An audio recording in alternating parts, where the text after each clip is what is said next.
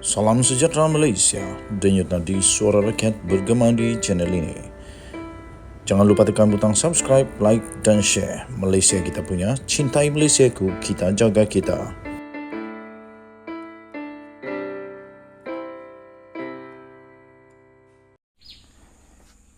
Salam sejahtera Malaysia, denyut nadi suara rakyat bergema di channel ini. Selamat pagi tuan-tuan dan puan-puan.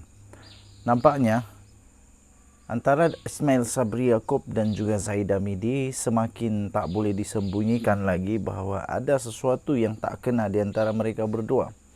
Walaupun dinafikan, tetapi pastinya orang biasa, rakyat Maharin, pengundi-pengundi, ahli UMNO ataupun musuh UMNO tahu tentang perkara ini.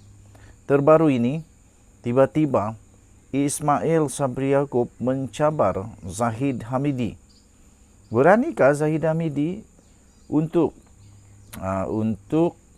menyahut cabaran ini?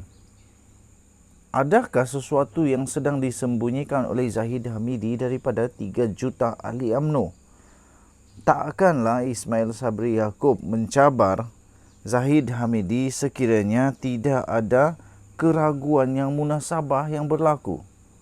Terbaru ini, Ismail Sabri Yaakob mencabar Zahid Hamidi untuk menunjukkan surat daripada ROS.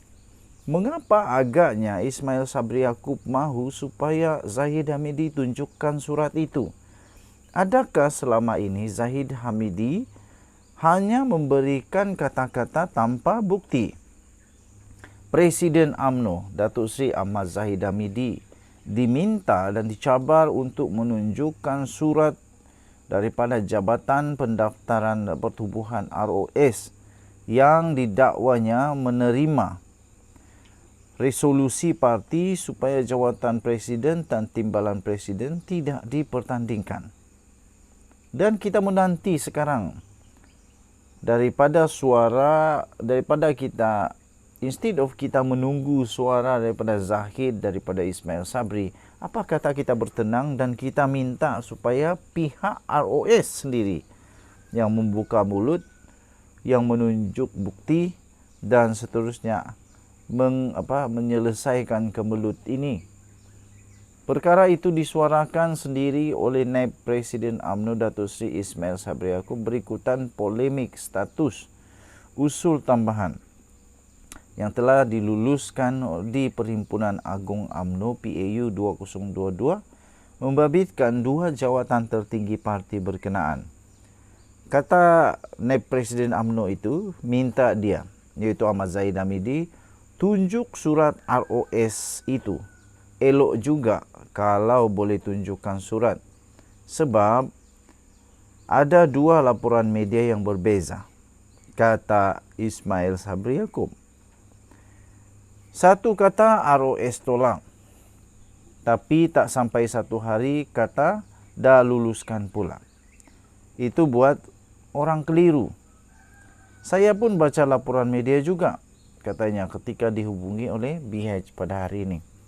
Saya sebagai seorang yang selalu membaca berita, mengambil perkembangan semasa, saya pun ingin mencabar Zahid Hamidi untuk menunjukkan surat itu. Saya pun ingin menyokong Ismail Sabri Yaakob bahawa kita minta supaya Zahid Hamidi tunjukkan bukti tersebut. Bukan apa, supaya semuanya jelas, supaya semuanya dapat dijernihkan, dicerahkan dan tidak ada lagi kontroversi. Bersihkan nama UMNO cepat-cepat. Malam tadi Ahmad Zahid Hamidi memaklumkan UMNO sudah menerima surat daripada Kementerian Dalam Negeri KDN yang mengesahkan ROS menerima resolusi parti itu tiada pertandingan bagi jawatan presiden dan timbalan presiden UMNO. Presiden UMNO itu dilaporkan berkata, ROS telah meluluskan usul PAU 2022 supaya 2 jawatan tertinggi parti itu tidak dipertandingkan pada pemilihan tahun ini. Apa pendapat anda, tuan-tuan dan puan-puan? Sila tinggalkan komen anda sekiranya anda bersetuju supaya Zahid Hamidi menunjukkan bukti itu, yaitu surat itu sendiri, Anda boleh tinggalkan di ruangan komen. Saya setuju. Kita jumpa lagi. Selamat pagi Malaysia. Bye-bye. Salam sejahtera Malaysia. Denyut nadi suara rakyat bergema di channel ini. Tuan-tuan dan puan-puan yang dihormati sekalian, sebelum itu saya mau tanya pendapat kamu. Mahathir dan Anwar, siapa lebih baik? Siapa lebih baik, Mahathir ataupun Anwar Ibrahim? Kedua-duanya ada kelebihan, kedua-duanya ada kekurangan. Tetapi yang pasti Mahathir lawan Anwar yang belum tamat.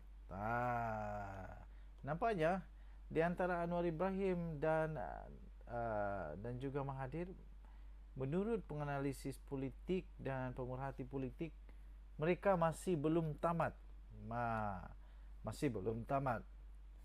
Meskipun sudah menjangkau usia hampir seabad, namun tiada siapa yang mampu menafikan kesungguhan penglibatan Tun Mahathir dalam arena politik.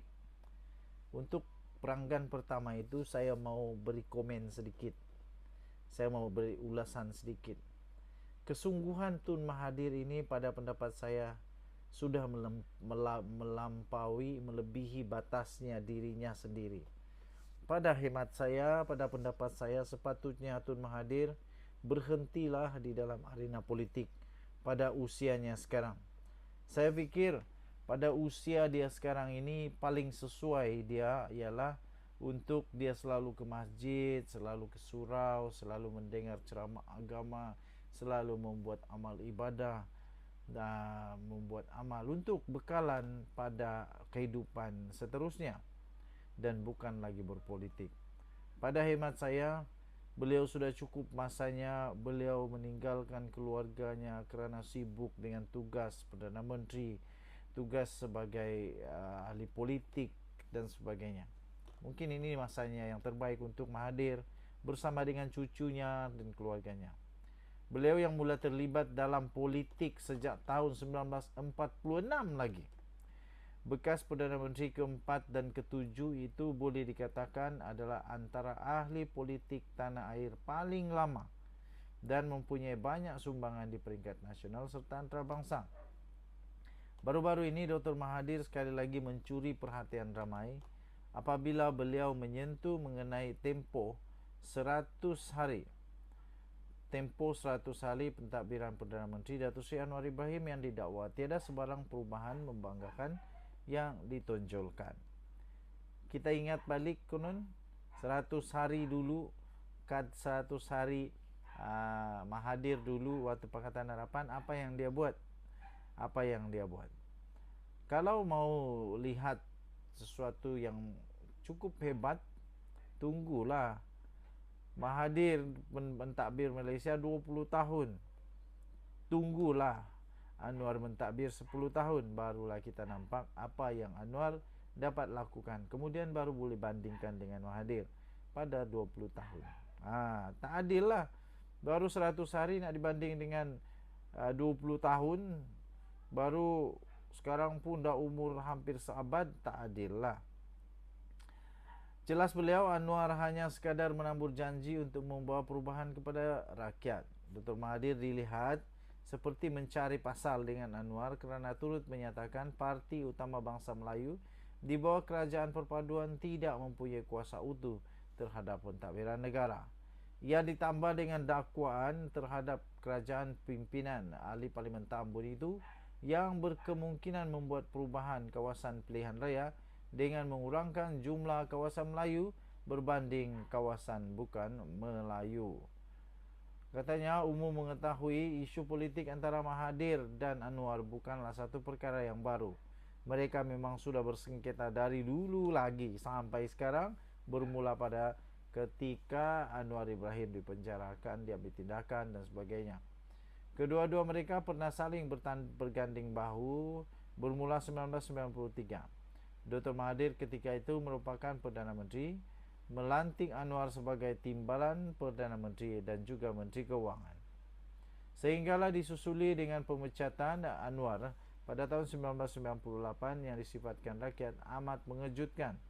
Anwar kemudiannya pula dipenjarakan atas dakwaan kesalahan rasuah dan kesalahan liwat sehingga menzahirkan gelombang kemarahan rakyat pada pilihan raya umum ke-10 PRU 10. Meskipun demikian, kemarahan rakyat terhadap bekas ahli parlimen Langkawi surut seketika setelah jawatannya sebagai Perdana Menteri pada masa itu dilepaskan kepada Tun Abdullah Ahmad Badawi pada tahun 2003.